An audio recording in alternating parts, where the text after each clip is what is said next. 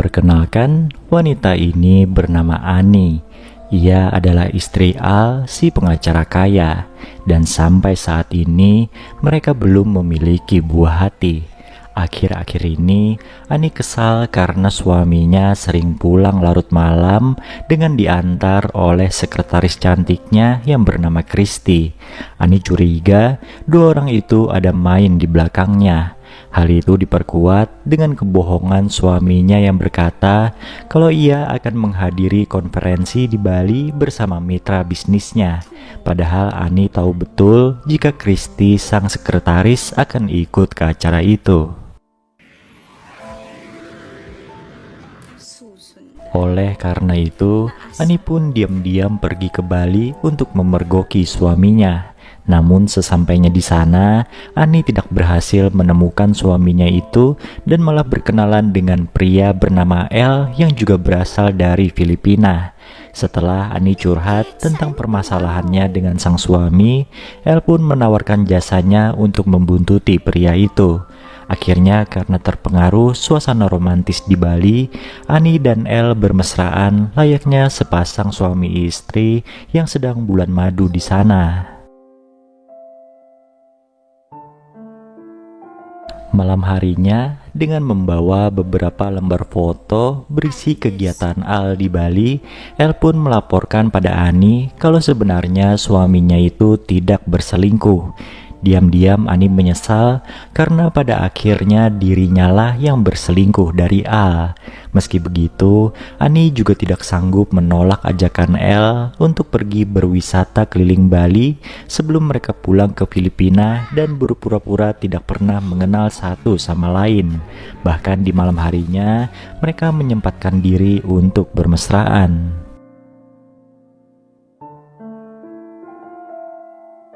Sementara itu, di tempat lain di Bali, A, suaminya Ani ternyata benar-benar selingkuh dengan Kristi sekretarisnya. Firasat Ani selama ini terbukti benar. Tapi anehnya, kenapa El malah melaporkan hal yang bertolak belakang dengan semua itu? Keesokan harinya, Al pun pulang ke Filipina dan di rumah Ani sudah menunggunya. Tanpa banyak basa-basi, keduanya melepas rindu dengan cara bermesraan. Di kantor, Kristi selalu menggoda Al. Namun hari itu Al terlihat ogah-ogahan meladeni Kristi karena ia ada janji berkencan dengan Ani. Ternyata tanpa sepengetahuan Ani dan Al, mereka telah masuk perangkap yang telah diciptakan oleh El dan Kristi. Sepasang kekasih yang memiliki banyak hutang itu berencana akan memisahkan Ani dan Al sehingga Kristi bisa menikah dengan Al dan menguras hartanya. Namun sebuah plot twist terjadi ketika El berusaha mendekati Ani, ia malah jatuh hati pada targetnya itu. El jadi tidak tega menghancurkan perasaan Ani dan oleh karena itu, ia mengurungkan niatnya untuk memberikan bukti perselingkuhan A. Mengetahui misi mereka gagal, Kristi pun mengamuk, tapi dengan waktu singkat ia bisa memaafkan El. Di sini Kristi tidak mengetahui jika El telah jatuh hati pada Ani. Nah, ketika Al sedang berkencan dengan Ani di sebuah restoran, kebetulan saat itu Kristi dan El juga sedang nongkrong di sana. Kesempatan itu dimanfaatkan El untuk menemui Ani dan menjelaskan tentang semua misinya dengan Kristi. Sambil memeluk Ani yang sedang emosi, El mengucapkan maaf sekaligus mengaku kalau ia sudah jatuh hati pada Ani. Suatu hari, El mendapatkan pesan dari Ani yang menyuruhnya untuk datang ke rumah. Tanpa pikir panjang, pria itu pun segera bertolak ke sana dan menemui Ani yang ternyata meminta jatah bermesraan. Entah harus merasa beruntung atau sial, sepulangnya ke rumah, El juga harus melayani hasrat dari Kristi. Bagi Kristi, bermesraan adalah suatu cara untuk menutupi trauma masa lalunya yang pernah dinodai seorang pria. Suatu malam, Kristi mendatangi rumah A untuk bertemu dengan pria itu. Tapi di sana, ia malah disambut oleh Ani yang mengecat rambutnya dengan warna merah dan berpakaian cukup terbuka. Dengan wajah sinis, Ani bilang kalau ia sudah tahu tentang rencana jahat Kristi. Keesokan harinya, Kristi kembali dibuat kesal oleh Al yang menolak untuk bermesraan dengannya. Bahkan Al menuding jika Kristi berbohong tentang perselingkuhan istrinya dan El. Kemarahan Kristi pun memuncak ketika ia tahu kalau El diam-diam menemui Ani dan bermesraan dengan wanita itu. Dengan membawa sepucuk senjata, Kristi pergi ke rumah Ani dan Al lalu melakukan suatu hal yang tidak terduga. Dengan senjata itu, ia mengakhiri hidupnya sendiri hingga jenazahnya mengambang di kolam renang milik pasangan suami istri itu. Semua itu dilakukan Kristi agar semua orang percaya ia tidak berbohong.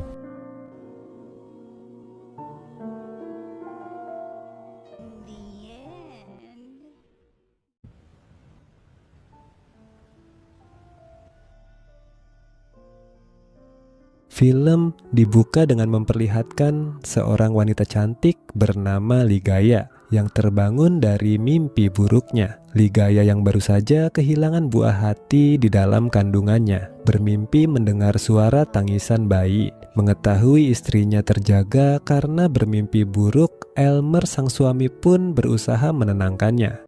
Berhubung hari itu adalah hari Minggu, Elmer yang sedang libur bekerja dengan senang hati membantu Ligaya di dapur.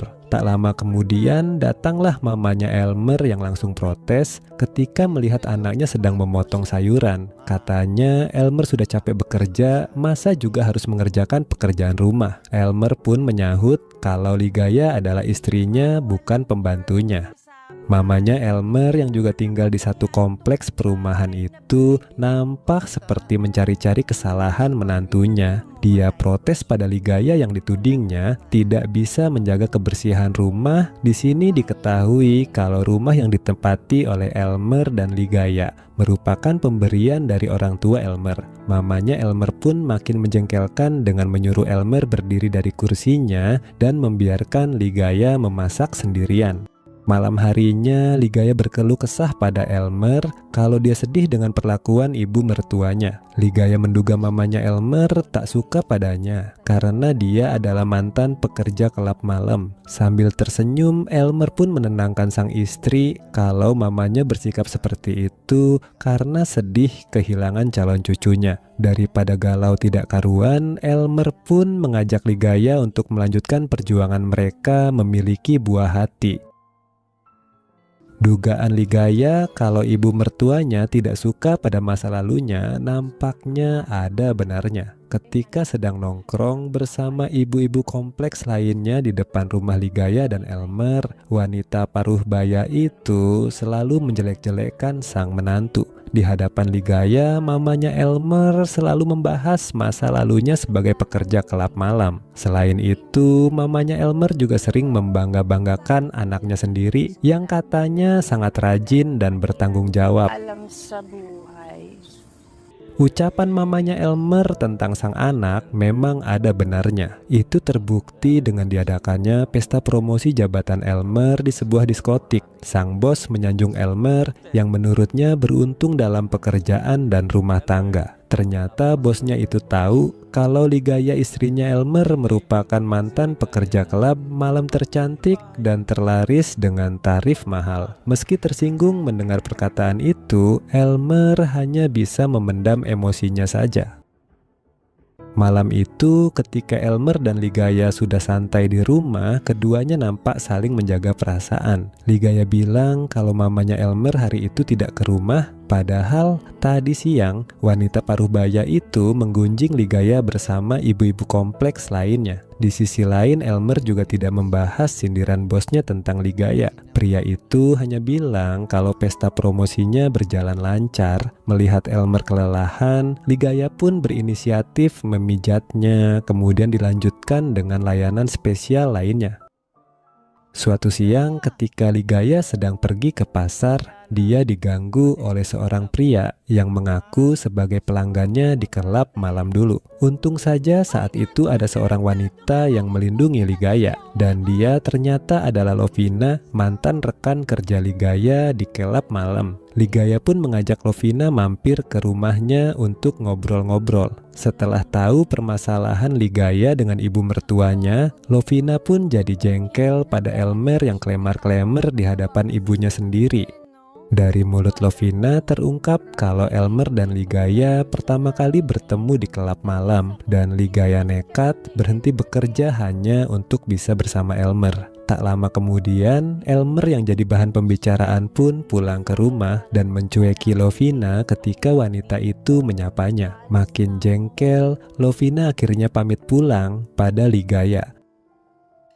Malam harinya ketika makan malam bersama Elmer di rumah, Ligaya menegur sang suami yang menurutnya tidak sopan pada Lovina yang sedang bertamu. Elmer bilang kalau dia kurang suka pada cara berpakaian Lovina yang terbuka. Mendengar hal itu, Ligaya jadi tersinggung. Dia pun mengingatkan Elmer kalau istrinya ini juga pernah bekerja di klub malam. Tidak semua orang yang bekerja di sana itu buruk. Dengan membelikan cemilan kesukaan Ligaya, Elmer membujuk sang istri yang sedang ngambek. Dia mengaku ucapannya tadi salah dan bergurau sampai Ligaya tersenyum dibuatnya. Ujung-ujungnya sama seperti sebelumnya, mereka menutup malam itu dengan bermesraan. Keesokan harinya, Elmer dan Ligaya yang sudah berbaikan terlihat sedang duduk-duduk santai di depan rumah. Kala itu Ligaya mengingatkan kalau nanti malam Elmer ada janji datang ke ulang tahun bosnya. Okay nga lang po ako. Malam itu di diskotik, bosnya Elmer yang sedang mabuk pun berulah. Di hadapan Elmer, pria itu bilang kalau semua pria yang ada di sana pernah mencicipi Ligaya. Elmer sontak emosi dan langsung memukul bosnya itu. Tanpa pikir panjang, sang bos pun langsung memecat Elmer dan akan memblokir semua lamaran kerjanya agar tidak diterima dimanapun. Dengan wajah murung Elmer pulang ke rumah disambut oleh Ligaya yang sedang menunggunya di ruang tamu. Elmer bilang kalau dia mengundurkan diri, tapi Ligaya jangan cemas karena pasti banyak perusahaan yang ingin merekrutnya. Tanpa banyak tanya mengenai permasalahan suaminya di kantor, Ligaya lebih memilih untuk menghilangkan stresnya. Dan kita semua pasti tahu apa yang akan dilakukan pasangan ini kalau malam-malam. Itulah penghilang stresnya. Ucapan mantan bosnya Elmer tadi ternyata bukan omong kosong. Sampai beberapa minggu kemudian, Elmer masih belum mendapatkan pekerjaan baru. Di saat Elmer dan Ligaya berusaha menghemat pengeluaran mereka, datanglah mamanya Elmer dengan membawa bahan pokok serta uang untuk anaknya. Wanita paruh baya itu heran kenapa anaknya yang merupakan lulusan terbaik susah dapat pekerjaan. Dia pun langsung menuding Ligaya sebagai pembawa sial di rumah itu. Baka minalas lang, ma. Melihat sang suami kesusahan mencari kerja, Ligaya berinisiatif untuk membantunya. Dia pun meminta izin pada Elmer untuk bekerja. Namun, suaminya itu malah emosi dan menuding Ligaya akan kembali bekerja di klub malam. Mendengar hal itu, Ligaya tidak mau kalah sewot. Siapa yang bilang mau kembali ke sana? Dia hanya ingin bekerja yang wajar. Karena keterdesakan ekonomi, Ligaya pun terpaksa meminjam uang pada Lovina. Lovina merasa sedih melihat nasib Ligaya yang dulunya berpenghasilan tinggi, kini malah berkekurangan. Dia pun menyarankan Ligaya untuk melamar lagi di klub berhubung sedang ada lowongan. Pekerjaannya pun mudah, hanya menari menggunakan topeng tanpa sehelai benang pun. Tidak lebih dari itu. Bahala na. Malam harinya jadi puncak kesabaran Ligaya terhadap perlakuan buruk ibu mertuanya. Ketika Elmer sedang tidak ada di rumah, wanita paruhbaya itu memprotes hasil masakan Ligaya yang menurutnya tidak enak. Ketika ibu mertuanya mulai kasar, Ligaya pun berusaha menepisnya sehingga wanita terdorong. Kebetulan saat itu Elmer pulang dan salah paham. Dia pun jadi menyalahkan Ligaya. Saat Elmer mengajaknya ngobrol baik-baik, Ligaya bilang sudah lelah dan mau bekerja untuk dirinya sendiri. Ketika Ligaya memulai pekerjaannya di kelab malam bersama Lovina, Elmer yang suntuk memilih untuk minum-minum di sebuah diskotik. Di sana dia kebetulan bertemu dengan Darlene, mantan pacarnya dulu yang pindah ke luar negeri. Darlene ternyata tahu tentang status Elmer yang sedang di blacklist perusahaan. Dia pun menawari Elmer untuk bekerja di perusahaannya yang bebas dari koneksi mantan bosnya Elmer. Elmer pun setuju dan tunduk ketika Darlene mengajaknya bermesraan di toilet diskotik. Keesokan harinya dengan wajah sumringah, Elmer memberitahu Ligaya kalau dia mendapatkan panggilan kerja. Ligaya menyambut kabar itu dengan gembira dan mereka pun berbaikan. Nah, malam harinya ketika mereka sedang makan bersama di rumah, tiba-tiba mamanya Elmer membawa seorang tamu tak diduga, yaitu Darlene. Ligaya yang tahu betul kalau Darlene adalah mantan pacar Elmer hanya bisa memendam kekesalannya ketika tahu wanita itulah yang memberi suaminya pekerjaan. Konflik pun kembali menerpa rumah tangga pasangan itu ketika Elmer mendapat kiriman foto istrinya sedang menari di kelab malam. Elmer yang terbakar emosi pun membalas dendam dengan cara mengundang Darlene ke rumahnya dan bermesraan di sana. Pria itu pun hanya bisa diam ketika Ligaya memergokinya sedang bersama Darlene. Di sana Ligaya memaki Elmer habis-habisan. Ketika situasi sudah tenang, Elmer dan Ligaya ngobrol baik-baik berdua. Di sana Elmer bilang kalau dia kesal Ligaya diam-diam kembali bekerja di kelab malam. Ligaya pun membalas, dia juga kesal pada perlakuan mamanya Elmer terhadapnya. Di sana terungkap kalau mereka menikah karena Ligaya sudah terlebih dahulu hamil anak Elmer. Setelah mereka kehilangan anak itu, Ligaya mengaku meminum pil KB. Katanya dia tidak mau memiliki anak yang nanti akan dipandang rendah sama seperti dirinya. Mendengar pengakuan sang istri, Elmer pun membeberkan fakta kenapa dirinya mengundurkan diri dari perusahaan. Dia bilang kalau bosnya tidak menghormati Ligaya dan oleh karena itu dia pun memukulnya. Elmer tidak ingin Ligaya merasa bersalah padanya. Ketika Ligaya menginginkan mereka berpisah, Elmer sontak menolak dan memohon untuk diberi kesempatan satu kali lagi. Akhirnya Ligaya pun luluh dan mereka pun baikan. Keesokan harinya dengan membawa barang-barang mereka, Elmer dan Ligaya memutuskan untuk pergi dari rumah itu. Mengetahui hal itu, mamanya Elmer sontak marah dan ingin memukul Ligaya. Namun Elmer langsung menahannya sambil membela sang istri. Kini mamanya Elmer hanya bisa meratapi kesedihan dan kesendiriannya ditinggal sang anak. Sementara di tempat yang berbeda, Elmer nampak menikmati kebahagiaannya bersama dengan Ligaya. Dan film ini pun selesai. Anong tunay na